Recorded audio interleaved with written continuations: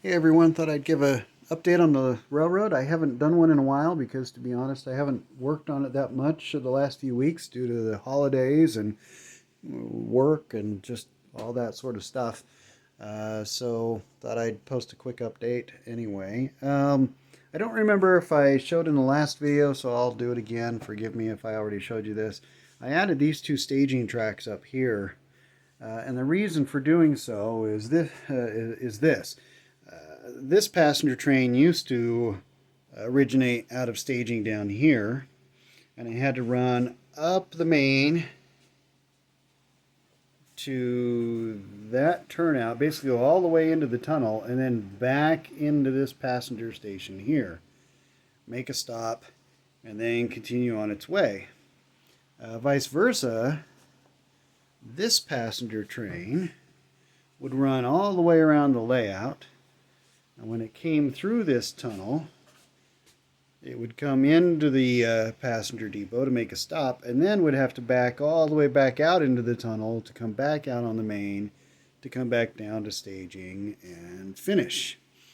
So now with this staging track up here, this train starts right there, can just run right around like it's coming from somewhere else, make its passenger stop, and then continue out onto the main and around the rest of the layout.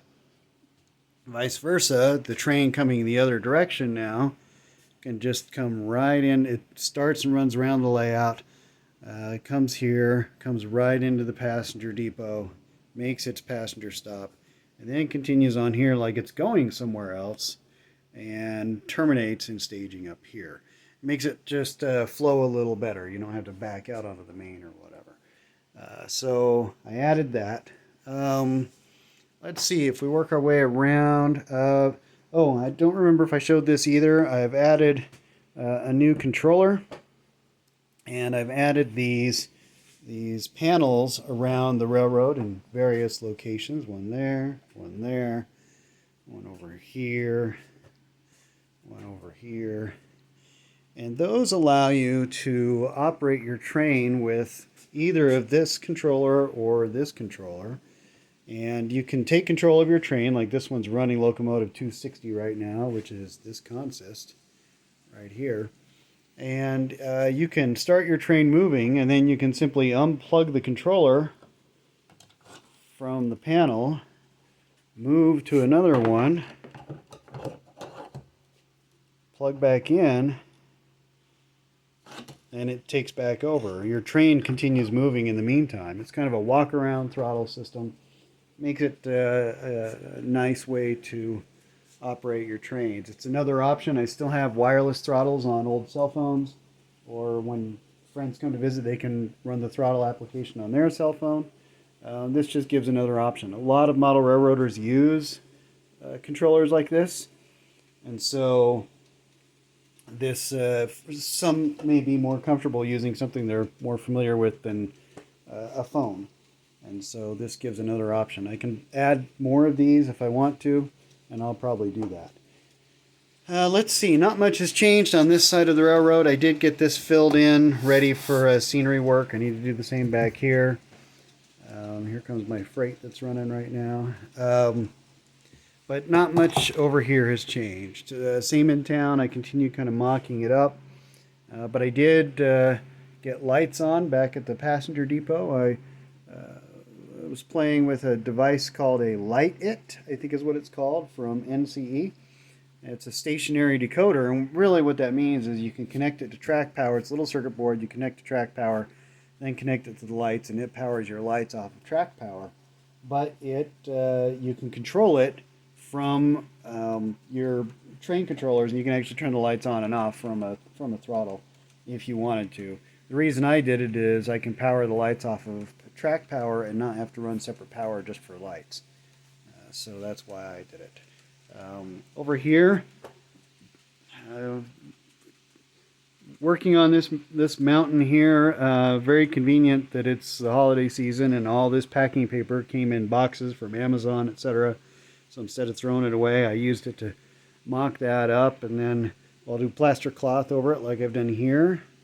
And then once the plaster cloth is done, then we'll paint it with plaster and then give it a base coat of brown paint. and then start scenicking it. My son's going to come over maybe this week and help me do the plaster cloth and stuff on that. That's about it on this side of the railroad. Over here, let's see, what have I done over here? I had to extend this out a little bit for the tunnel portal. The tunnel portal was on a curve, and some of the longer cars would hit the side of the tunnel portal as it started going into the curve, so I had to bring it out where it was more straight. And so that needs plaster painted on that, and then the brown base coat, etc., etc. A little more work on this rock outcropping here. Did another wash of another color to try to bring out some of the shadows a little bit. It looks better in person than it does on the camera. It kind of washes out. I don't know why that is. Probably the LED lighting in the room. And then I just finished some plaster work here. Brought all this up even. It's kind of hard to see because it's all white. It kind of washes out. Even with the fascia. So it's ready to go. As soon as it finishes drying, it's almost dry, but I can feel a little moisture still. It's a little cold. Once that's dry, then I can again do a base coat of brown paint and then start scenicking it. And over here I've been doing some scenery work. I don't remember how much of this I showed, but I'd left a gap here and I thought I was going to be okay with it, and I decided I wasn't, so I filled that in. So again, that's up to the level of the fascia, except for right here. I need to recut this piece of road, I think. Anyway, working on this. Got my first railroad crossing signs in. Did some work up here for this passenger depot. Got some fencing installed, and I 3D printed this loading dock. And I added this spur. I had to cut the track here and add this turnout in, and I added this spur for these cars, kind of generically referred to as head-end cars. They sit at the front end of a passenger train, so when a passenger train comes in, it has to swap out this express refrigerator car and this baggage car, and so this gave it somewhere to put them. So that's that, and then continuing on down this way, I've done some more scenery work down here. The plaster work's about done here. Again, need to do a base coat of paint and then start scenicking it. And then when that's all done, then I'll ballast the track, put the gravel on the track like you see on real railroads. I decided that I'm going to kind of make the boundary between scenery and staging this highway overpass. So there'll be scenery on this side of the overpass and not on that side. So I need to finish up in here just a little bit with some more plaster work and then do the road continue across the railroad here. But other than that, and glue this down. This isn't glued yet. I need to repaint that and glue it down. That's left over from my old railroad. And that'll be that. I think that's about it. That's a little bit long-winded, but here comes a train. But that's about what I've got done recently. I'll post again when I've got more done.